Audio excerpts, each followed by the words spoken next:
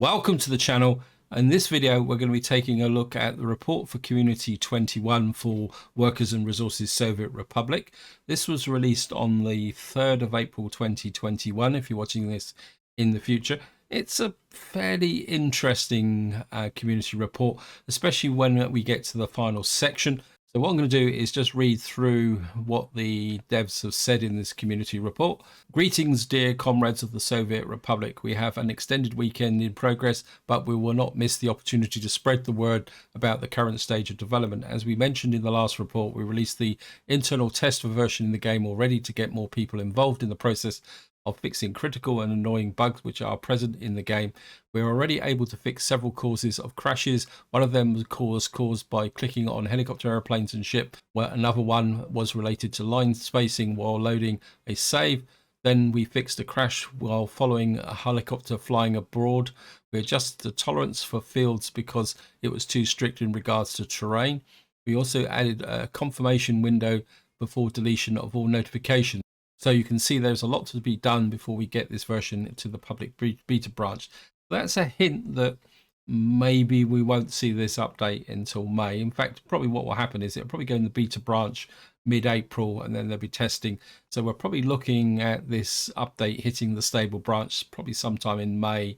Now let us have a look at the upcoming features. One of them will not have much impact on the game, but there is plenty of people who would like to have better tools for sharing screenshots from the game. We made a special tool for the game that which you can see in the menu while your map is loaded under settings. You will be able to create screenshots or even time lapses easily. Currently you can use F12, which is working fine for most of the game, to create a screenshot.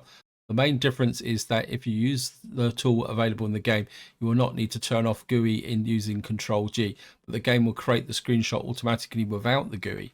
Another thing is that you can add a prefix to the files to easily distinguish them later, and the pictures are saved into the Media Soviet Screenshots folder. Now, speaking with my YouTube hat on, this could be very useful to get screenshots for thumbnails. And I already like the idea of the time lapse as well. So another option allows you to create time lapses easily. First, you will need to choose the camera angle, then set the time frame, and after hitting the screenshot button, the game will make a screenshot from the same angle every X seconds according to your sector settings. You do not need to worry about moving the camera accidentally, as the game will switch the angle for a moment when the screenshot is created into the present you have. Thus, even if it may be a bit annoying, you can move around the map, and when it will jump the camera to the location of each capture, switching back to your current view after. Another thing worth mentioning is that you continue to capture screenshots for time lapses after reloading the map later, because the camera settings are saved with the map. With my YouTube hat on, that could be very useful from if I wanted to kind of do a time lapse of something that's going on in the game. I'm not sure how that will benefit a lot of other players, but then I don't know how much you guys like taking screenshots and time lapses. So just moving down, looks like there's actually a YouTube here you can watch. I won't bother watching that. And it says, then we have another new feature which will be a bit less practical, but will serve mainly as an option for creativity.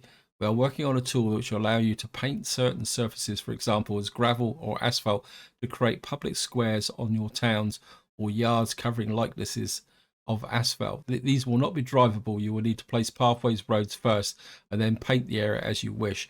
We can already imagine some great looking facilities or cities some people will be able to create, as though there were some attempt already when people use certain mods in the community. So let's have a quick look at this thing.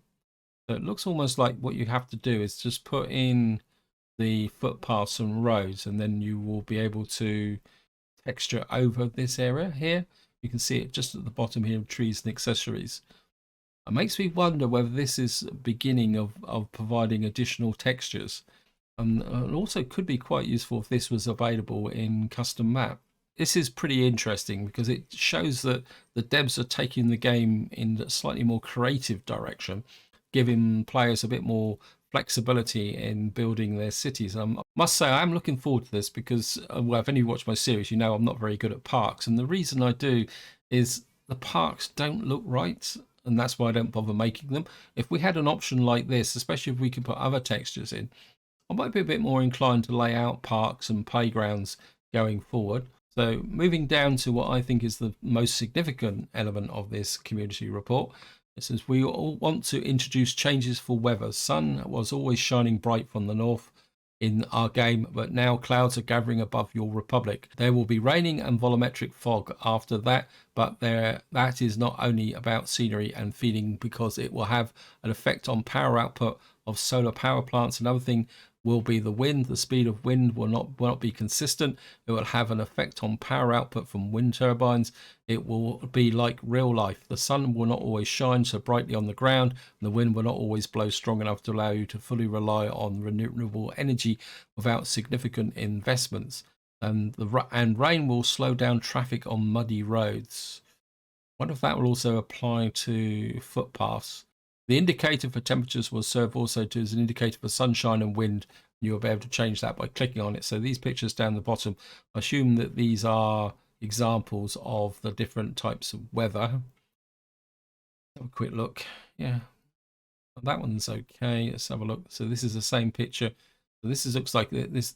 So this one's of the rain falling, and then this is meant to be fog, I think, but it's not really showing up that much. I mean, hopefully the fog doesn't get so thick that you can't actually see what you're doing, because that's going to make the game fun. So down the bottom, we've got examples of clicking on the thermometer, which will then change it to the wind speed and the sun speed.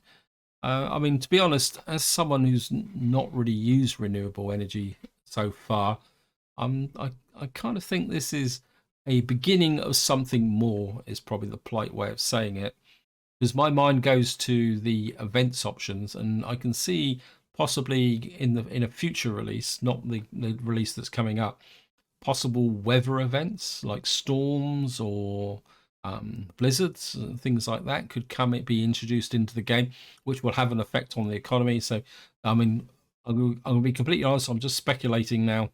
Feel free to chuck your opinions into the comments. One that strikes me is an event that's a blizzard that overcomes our snow clearing capabilities, that really slows down traffic. Possibly storms which can damage buildings. That is another possible option, but of course the game doesn't have the ability to repair buildings, so therefore it could out and out destroy them. I think the way to look at this is that this looks innocent on the surface, but it could be the entry point to something bigger that could really affect the economies going forward. That is the end of the community report. We continue to work on fixing the current internal test version to make it available as soon as possible. Stay tuned for the next report. So overall, a pretty interesting community report. As I say, feel free to chuck your opinions and comments in the video description. But until next time, whatever you do, enjoy your gaming.